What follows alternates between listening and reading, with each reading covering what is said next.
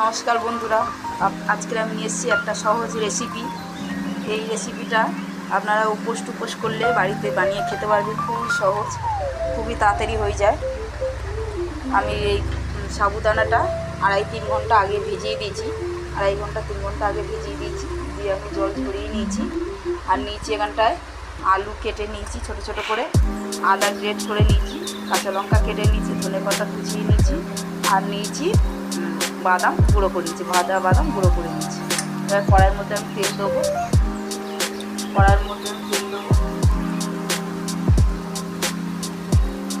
এটা খুব কমই তেল লাগে, বেশি তেল লাগে না, খুব কমইতে হয়ে যায়। আপনারা চাইলে বাড়িতে ঘি দিয়েও বানাতে পারেন, উপোস করলে সিন্দুর নমক দিয়ে খেতে পারেন। আর এটা নুন ছাড়া বাদাম আছে, উপোস করলে অনেকে নুন খায় না, সিন্দুর নমক খায়, তো এটা নুন ছাড়া বাদাম।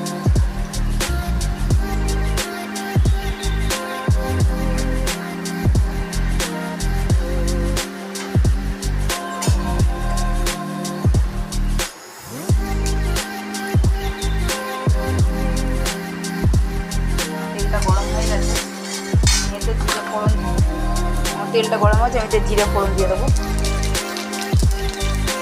আর দিয়ে দেবো আলুগুলো আগে ভেজে নেবো। আলুগুলো আগে লাল লাল করে ভেজে নেবো।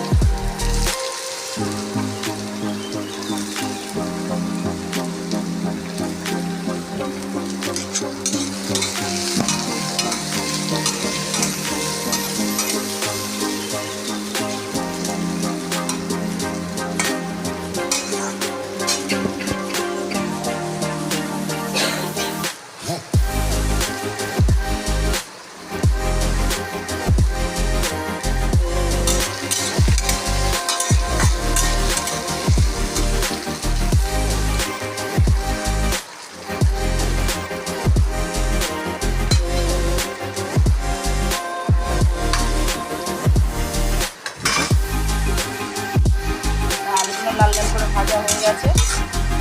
আলুটাকে মাঝখানে দুটো সাইড করে নিয়ে আদা গ্রেট করে আদাটা আর কাঁচা লঙ্কাটা দিয়ে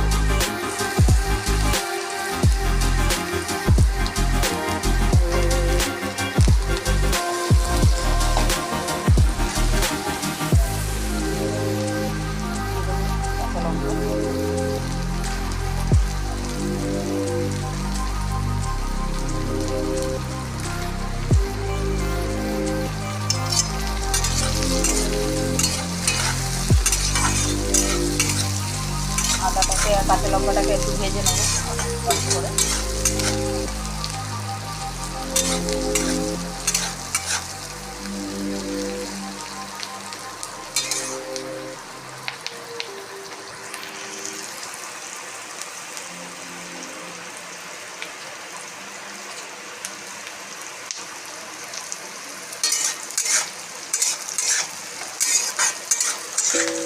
এবার আমি সাবুদানাগুলোকে দিয়ে দেবো।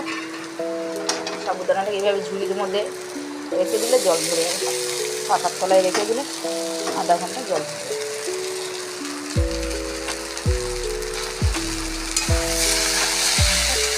বেশিক্ষণ সাবুটাকে করার মধ্যে নাড়তে হবে না,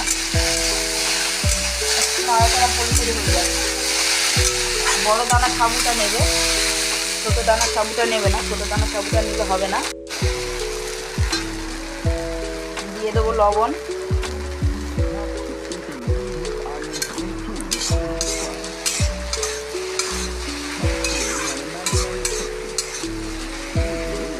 দিয়ে দেবো বাদাম গুঁড়ো করা,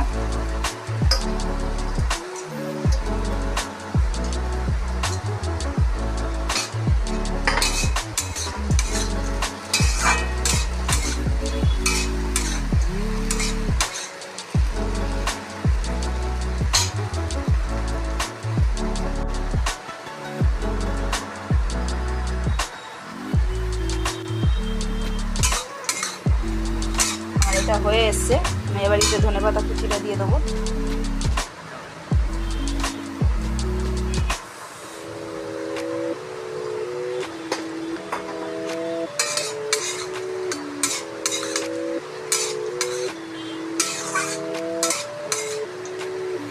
আর দিয়ে দেবো লেবু। আপনারা যদি লেবু খেতে চান তো লেবুও দিতে পারেন।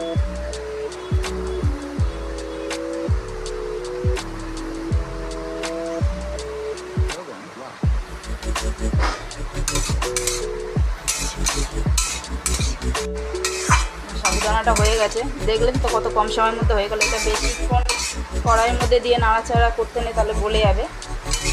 অল্প সময়ের জন্য এটাকে দিয়ে নাড়াচাড়া। আমার সাবুদানাটা হয়ে গেছে, গ্যাসের ফ্লেমটা অফ করে দিলাম।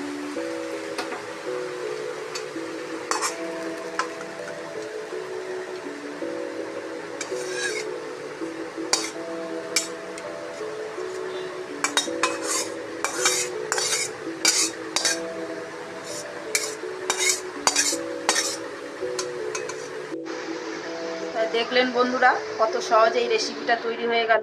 আপনারাও বাড়িতে ট্রাই করে দেখতে পারেন। যদি ভালো লাগে তাহলে অবশ্যই লাইক, শেয়ার, কমেন্ট করবে। আবার কোনো নতুন রেসিপি নিয়ে আপনাদের সামনে হাজির হয়ে যাব। আজকের মতো এই নমস্কার।